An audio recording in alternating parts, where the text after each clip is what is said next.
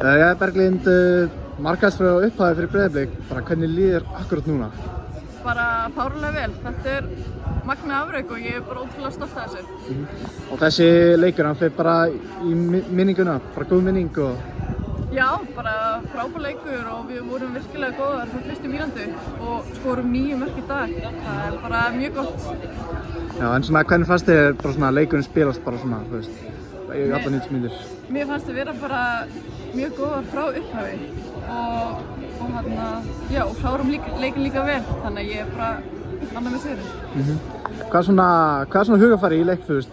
Þú ert markaðsfrá upphafi, skora 5 mörk, bara svona hvernig hugafærið, þú veist, eða fara inn í leikinn? Ég pældi ekkert í þannig séð þegar ég fór inn að leik. Ég vissi alltaf að mér vantaði 3 mörk upp á það og svo þegar ég heyrði í kerfinu að ég var orðin markahæst þá bara geggjað og svo bættist við 2 mörk bónusmörk viðbót. Já. En nú líka hérna fyrir að fara í Evrópu á móti hérna setnarsklunni Subotica. Svona hvernig preppið fyrir það bara? Við höfum ekki byrjað á preppinu. Það eru 2-3 leiki áður, árum fyrir út. Já, og Nick verður örugglega með eitthvað geggjað powerpoint show. En þetta spennandi?